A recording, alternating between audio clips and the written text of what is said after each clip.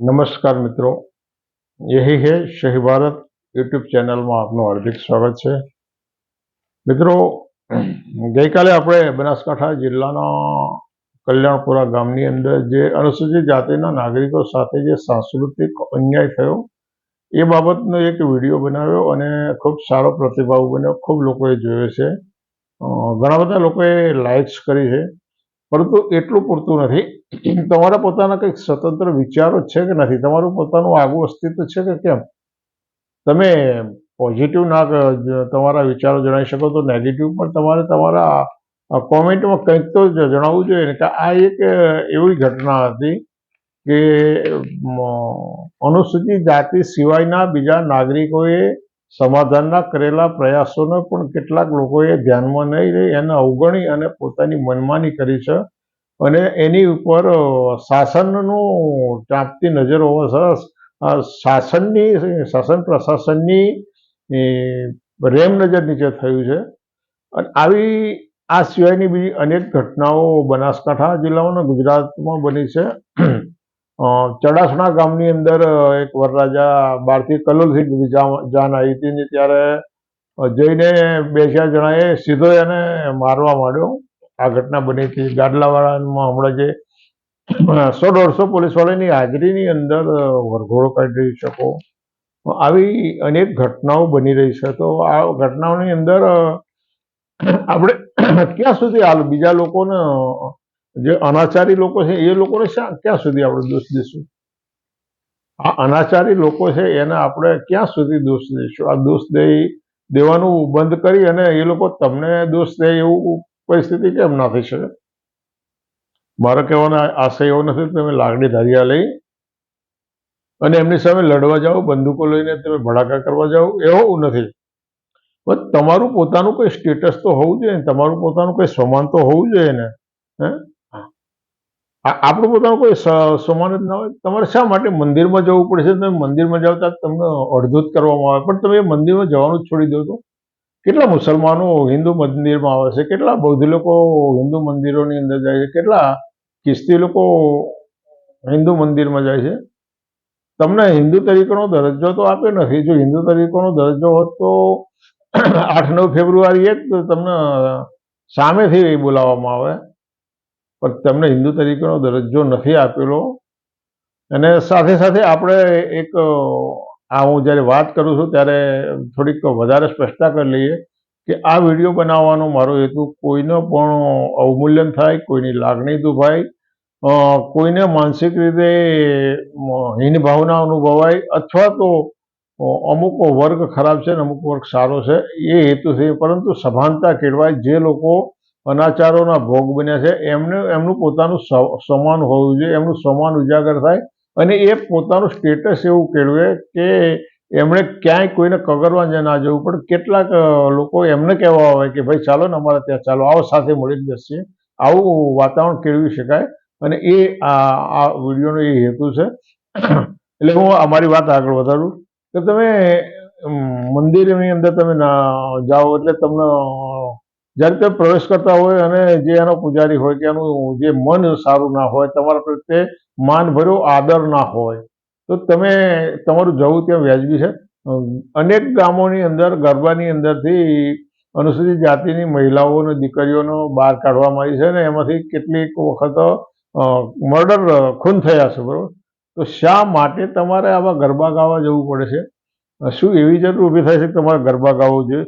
તમારું સ્ટેટસ એવું ઊંચું ના હોય છે કે ભાઈ તમને 5-25 જણા બોલાવે કે ભાઈ ફલાણું ભાઈ ચાલો ચાલો, તમે કેમ અમારા ગરબા જોવા નથી આવતા, તમે અમારા સંસ્કૃતિ, આવું સ્ટેટસ તમે ક્યારે કહેવો? જ્યારે તમે આ લોકો તમારો જે અનાદર કરે, ફરી વખત રિપીટ કરું, તમારો અનાદર કરે છે, તમારી ધૃણા કરે છે, તમારી ઉપેક્ષા કરે છે, તમારી સાથે ધૃણા અને નફરતની જે લોકો વર્તાવ કરે એનાથી તમે મોં ફેરવી લો।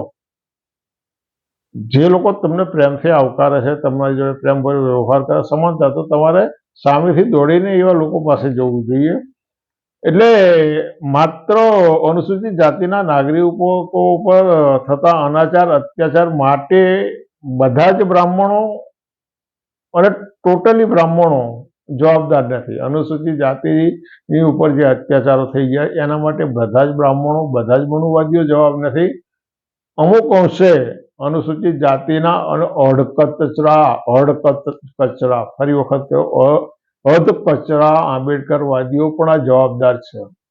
હું શું કહું છું, આવા અનુસૂચિત જાતિના નાગરિક ઉપર થતા અત્યાચારોની અંદર અમુક અંશે અધકચરા સવારમાં જય ભીમ કરે, પછી પાછા 2 મિનિટ પછી રામ રામ કરે, પછી પ્રણામ કરે, આ અધકચરા આંબેડકરવાદીઓ કહેવાય. અને આવા અધકચરા આંબેડકરવાદીઓની આ ભૂમિકા બહુ વરવી ભૂમિકા છે. શા માટે આજે પણ તમારે મરેલા ઢોર ઢસેડવા પડે છે? ઢોર કોના મરી જાય? ખેડૂતના. એટલે ખેડૂત કોઈ પણ ધર્મનો હોય અને કોઈ પણ જ્ઞાતિનો હોય, અનુસૂચિત જ્ઞાતિનો હોય, આદિવાસી હોય, અન્ય જ્ઞાતિનો અને અન્ય ધર્મનો હોય, જે પશુનો માલિક છે, જે પોતાના પશુને પાળે છે, એની જવાબદારી છે કે એ પશુનું મૃત્યુ થાય એટલે એને યોગ્ય જગ્યાએ એને નિકાલ કરવો જોઈએ. પશુ છે જ્યાં સુધી જીવિત હતો ત્યાં સુધી તો એનામાંથી એને ઉત્પાદન મળ્યું છે. ગાય ભેંસ હતા તો દૂધ મળ્યું છે, બળદ હતો તો એને ખેતીમાં આપ્યો છે, ઘોડા હતો તો એની પર સવારી કરી, ગધેડા હતો તો એની પાસે માલ વહન કરાવ્યું. જ્યાં સુધી એ પશુ જીવંત અને સશક્ત હતું ત્યાં સુધી એમાંથી ઉત્પાદન મેળવ્યું છે. પરંતુ જ્યારે એ મૃત થાય છે અને 24 કલાકથી પણ જો વધારે સમય થાય તો સડવા માંડે અને દુર્ગંધ મારે, ત્યારે તમારા ઢોર તમે શા માટે ઢસેડવા જાઓ છો? તમને સ્વમાન હોય તો સૌથી પહેલા આ કામ બંધ કરવું જોઈએ. વાલ્મિક ભાઈઓને ગટરમાં ઉતરે અને એમાંથી અનેકના મોત થયા છે. અને આ એક દુર્ગમ પરિસ્થિતિ છે. અને છતાં જ્યારે પાણી માંગવામાં આવે તો એને પેલા એકદમ ખરાબ વાસણોની અંદર પાણી આપ્યા હોય એવા અનેક ઘટનાઓ બહાર આવી છે. તો આ લોકોએ પણ આ મરેલા કૂતરા, બિલાડા આ પણ ઢસડવાનું કેમ બંધ ના કરવું જોઈએ? આપણે સામાજિક સમરસતા સ્થાપવી છે, એટલે ભાઈ દરેક વ્યવસાય આપણે દરેક સાથે મળીને કેમ ના કરીએ? આપણે સામાજિક સમરસતા સ્થાપવી છે તો દરેક વ્યવસાય આપણે દરેક આ દેશના દરેક નાગરિક, હિન્દુ હોય, મુસલમાન હોય, શીખ હોય, ખ્રિસ્તી હોય, અનુસૂચિત જાતિ, જનજાતિ હોય, ગમે તે હોય, આપણે બધા સાથે મળીને આ વ્યવસાય કેમ વેચી ના લેવો જોઈએ? પરંતુ અમુક લોકોએ આ બધા વ્યવસાય છોડવા નથી. તમારા કોઈ સામાજિક સંસ્થાનું મકાન બનાવવાનું હોય, કંઈ બનાવવાનું હોય તો એના ખાતમુહૂર્ત કરવા માટે તમે જે લોકોને બોલાવો છો, એ ખાતમુહૂર્ત કર્યા પછી એ મકાનોમાં ક્યારેય તિરાડ નથી પડી, એ મકાનોમાં ઉધઈ નથી લાગી, એ મકાનોને ધરતીકંપ આવ્યા ત્યારે એની અંદર આંચકા નથી લાગ્યા, એ મકાનો પેઢીઓની પેઢીઓ સુધી અકબંધ રહ્યા, એ મકાનો નથી પડી ગયા. તમે ખાતમુહૂર્ત કરાવશો એથી તમને ફાયદો શું થયો છે?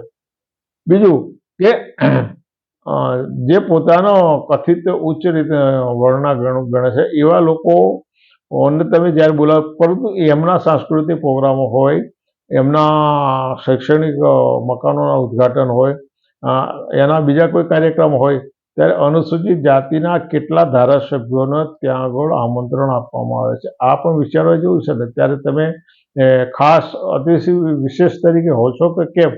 આ વિચારવા જેવી બાબત નથી. આ દરેક બાબતો પીડાદાયક છે અને ખૂબ પીડાદાયક છે, વિચારવા જેવી બાબત છે. આટલા બધા અનાચાર, અત્યાચાર થાય ત્યારે આ સમાજના લોકો એટલા બધા પાંગળા થઈ જાય. અમુક ચોક્કસ તહેવારો આવે એટલે ટોળું વળીને ગામમાં કોઈ ચોક્કસ કોમના પગે લાગવા જાય, નાળિયેર લઈને જાય, 100 રૂપિયો લઈને જાય. આવું શા માટે કરવું પડે? જે હિન્દુ સંપ્રદાયની જે સેંકડો દૂષિત પરંપરાઓ છે, એ પરંપરાઓમાં 2 ભાગ છે કે એક ભાગ જે અનાચાર, અન્યાય કરનાર લોકો છે એ પરંપરાઓ સામેથી પડાવે છે, અને જે લોકો દૂષિત છે, પીડિત છે, એવા લોકો પણ અમુક પરંપરાઓ જાળવી રાખે છે. દાખલા તરીકે વાર તહેવાર આવે એટલે એમને પગે લાગવા જવું, એમના ઘેર કંઈ અશુભ પ્રસંગ બન્યો હોય તો સામેથી ખબર જોવા જવું, અથવા તો મૃત્યુ પ્રસંગે સામેથી બેસવા જવું, અને એ પણ હોય પાછું એમને બેસવા માટે યોગ્ય સ્થાન ના મળતું હોય તો જરૂરી એ છે કે તમારે જવું જોઈએ. ભાઈચારાની રીતે માનવતાની દ્રષ્ટિએ જવું જોઈએ, એમનો આદર કરવો જોઈએ. વડીલ હોય તો એની ખબર અંતર પૂછવી જોઈએ. કોઈ વડીલનું અપમૃત્યુ થયું, કુદરતી મૃત્યુ થયું હોય તો આપણે બેસવા જવું જોઈએ, પણ સામે એવો સમાનતાનો વ્યવહાર ક્યારેક ક્યારેક એ બાજુથી પણ થવો જોઈએ. જ્યારે સમાનતાના સરખા વ્યવહાર થાય તો તમારું સમાન સચવાય, અને તમારું એ સમાન એવું સચવાય કે તમને 5 જણા ભેગા થઈને અથવા તો તમને પૂછે કે ફલાણા ભાઈ તમે તો કેમ દેખાતા નથી, અમારા ત્યાં આવતા નથી, તમે અમારાથી રિસાયા છો, અથવા તો તમારે આવવું પડશે અને આ વખતે હું તમને તમારા ઘેર આમંત્રણ આપવા ભાઈ. જ્યારે આ પરિસ્થિતિ નિર્માણ થાય તો ત્યાં તમારું સમાન અને તમારું સ્ટેટસ જળવાય. બાકી જે અનાચારો અત્યાચારો બની રહ્યા છે એની અંદર કેટલાક અંશે હું ફરી રિપીટ કરું છું, અમુક અંશે આવા સમાજના લોકો છે કે જેણે દૂધમાં ને દહીંમાં પગ રાખવો છે, આવા અધકચરા આંબેડકરવાદીઓ છે. એટલે પેલા અમને બાપુઓને વાલા થવા જવું છે, પટેલને વાલા થવા જવું છે, અને અહીંયા આગળ વળી પાછા એને પોતાના જ્ઞાતિ ભાઈઓ આગળ બણગા ફૂંકવા છે. આવા લોકો આ અનાચારો અત્યાચારોના ભાગીદારો છે. આવા જ લોકો એમ કહેતા હોય છે, અને એમણે એમ કહેતી અને અમુક કિસ્સાઓ વાળી નાખે. આપણાથી એમની સામે બોલાય નહીં, આપણાથી તો એમની સામે ઊભું ના રહેવાય, ગામ એટલે હાથીનો પગ, આવી બધી જુદી જુદી વાતો કરી અને જે અનાચારો અત્યાચારો છે એને ટકાઈ રાખવામાં પ્રલોભન આપ્યું છે. ફરી એક વખત રિપીટ કરી લઉં, આવા અનાચારો અત્યાચારોની સામે તમે સશસ્ત્ર બળવો કરવાની જરૂર નથી, હથિયારો લઈને જવાની જરૂર નથી. હું ક્યારેક કોઈને મેં એવી સલાહ નથી આપી કે તમે હથિયારો લઈને જાઓ, શસ્ત્રો લઈને જાઓ, પણ તમે તમારી પાસે એક બહુ મહાન શસ્ત્ર છે અને તમારું સમાન છે. તમારું સમાન એટલું ઉચ્ચ કક્ષાનું કેમ ન હોઈ શકે કે તમને સામેથી આગ્રહ કરવામાં આવે કે ભાઈ ફલાણા ભાઈ તમે આવો, તમારે અમારે ત્યાં બેસવું પડશે, તમે જાઓ. એટલે તમને એ લોકો ખુરશી પર બેઠા હોય તો તમને ખુરશીમાં આસન મળવું જોઈએ, તે નીચે બેઠા હોય તો આપણે માનભર્યું પ્રેમથી એમની નીચે પરાઠી ઓઢીને આપણે કેમ ના બેસવું જોઈએ. એ પણ એક આપણો ભય છે, આપણા આ દેશનો નાગરિક છે અને આપણે એને એ રીતે આવકારવો જોઈએ.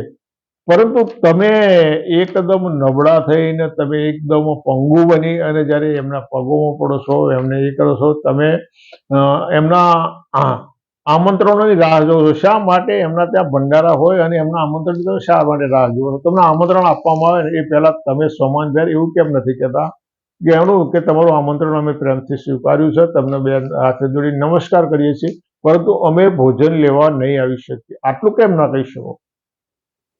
એમના ભંડારાઓના આમંત્રણની તમારે કેમ રાહ જોવી પડે છે? અને એ ભંડારામાં તમે ત્યાં જ્યારે ખાવા જાઓ, એના બીજા શબ્દો અમારે નથી વાપરતા, તમે ખાવા જાઓ તો તમે માનભરી રીતે ખાવ છો, તમને પ્રેમથી પીરસવામાં આવશે કે એ બધા સવાલો અલગ છે. પરંતુ તમે આવા ભંડારાના આમંત્રણની રાહ જ ના જુઓ અને માનો કે આમંત્રણ આપવામાં આવે તો એ આમંત્રણ પ્રેમથી સ્વીકારો. બે હાથ જોડી નમસ્કાર કરી તમારું આમંત્રણ અમે સ્વીકાર્યું છે, માથે ચડાવીએ છીએ, પરંતુ અમે ક્યારેય તે આ રીતે જમવા જતા નથી અને અમે જમવા નહીં આવીએ, આટલું પ્રેમથી કરો. તો 2-5 વર્ષ પછી તમારું જે નૈતિક મૂલ્ય છે, તમારું નૈતિક સ્ટેટસ ઘણું બધું ઊંચું આવશે. માટે હું કહું છું કે અનુસૂચિત જાતિના નાગરિકો પર થતા અનાચારો અત્યાચારો માટે અમુક અંશે, થોડા ઘણા અંશે આ સમાજ પોતે જવાબદાર છે. સામે ચાલીને હરખ પદુડા થઈને મંદિરોમાં જવું છે, સામે ચાલીને હરખ પદુડા થઈને ગરબા ગાવું છે, સામે ચાલીને એમના ભોજન આરોગવાની તમને ઈચ્છા થાય છે, પરંતુ તમને ક્યારે એવું લાગ્યું કે તમારા ત્યાં તમે કોઈ ધાર્મિક પ્રસંગ કરો અને કોઈ 5 બ્રાહ્મણ મિત્રો કે 5 વાણિયા મિત્રો આવીને કહ્યું કે લા ભાઈ મારી થાળી આપ, મારે ત્યાં જમવું? આવું બન્યું છે?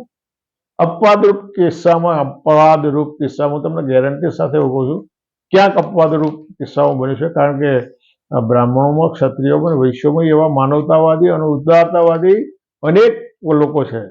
ફરી વખત રિપીટ કરું, બ્રાહ્મણોમાં, ક્ષત્રિયોમાં, વૈશ્યોમાં, પટેલોમાં, ઠાકોર ને કોળી બધી જ જ્ઞાતિઓની અંદર ઉદારતાવાદી અને માનવતાવાદી એવા સેંકડો લોકો છે કે એ લોકો તમને આત્મસાત કરવા માંગતા, પણ એ લોકો લઘુમતીમાં હોય છે અને એમના પાસે એમના પોતાના સમાજના મેણાટોણા જ પડી હોય છે, એટલે એ લોકો પોતાની જગ્યાએ દબાઈ ચંપલ બેસી રહેતા હોય છે. એટલે આવા લોકો તો છે જ. એ લોકોને એવી ઈચ્છા થવી જોઈએ કે ભાઈ આપણે એમની સાથે પ્રેમથી જમવું છે, તો પ્રેમથી એમને આપણે બોલાવવા પડે. માટે ફરી વખત કહું છું કે તમારે તમારા વર્તન અને વ્યવહારની અંદર સુધારો કરવાની જરૂર છે. એમના ભંડારા થતા હોય એમાં ચાંદીના અને સોનાના લાડવા બનાવીને જમાડતા હોય તો એમને પ્રેમથી એમણે જવું હોય, પણ તમારે ત્યાં બાજરીનો રોટલો ને મરચું હોય ને એની અંદર 100 અમી છે. એ તમારા બાજરીના રોટલામાં ને મરચામાં 100 અમી છે, અને એ જ મીઠું છે, કારણ કે એની અંદર એક સ્વમાન નામનું મહામૂલું પરિબળ ભળેલું છે, અને એ સ્વમાન નામનું જે મહામૂલું પરિબળ છે ને એ આ દુનિયાની કોઈ પણ મીઠાઈ કરતા, દુનિયાની કોઈ પણ સારામાં સારા ફરસાણ કરતા બહુ ઊંચું, બહુ સ્વાદિષ્ટ અને ખૂબ મૂલ્યવાન છે. ફરી વખત રિપીટ કરું છું, કેટલાક લોકોને અધકચરા આંબેડકરવાદીઓને આ વાત નહીં ગમે, ના ગમે તો કંઈ વાંધો નહીં. મારી વાત તમને ગમવી જ જોઈએ એવો મારો આગ્રહ નથી અને મારી એવી અપેક્ષા નથી, પરંતુ સત્ય તો કહેવું જોઈએ, ક્યારેક તો કહેવું જોઈએ, કારણ કે જ્યાં સુધી તમને આવું ના કહેવામાં આવે ત્યાં સુધી તમારા મનમાં આ વાતોનું કોઈ મૂલ્ય નથી. ફરી વખત વળી પાછા ક્યારેક આવી બાબત હશે ત્યારે ફરી મળીશું, ત્યારે ફરી આવી વાત કરીશું. અત્યારે તો આટલી વાત કરું, પણ સાથે સાથે તમને એ પણ કહું છું, આ ચેનલને સબસ્ક્રાઈબ કરો, લાઈક કરો, શેર કરો, તમારા મિત્રોને મોકલો, અને તમને સારી ના ફાવે તો નેગેટિવ કોમેન્ટ પણ આધાર સાથે કરો. આધાર સાથે, હું જે રીતે આધાર સાથે વાતો કરું છું ને એ રીતે તમે પણ આધાર સાથે વાતો કરો. ફરી મળીશું. તમારા પ્રતિભાવની અપેક્ષાએ આવજો.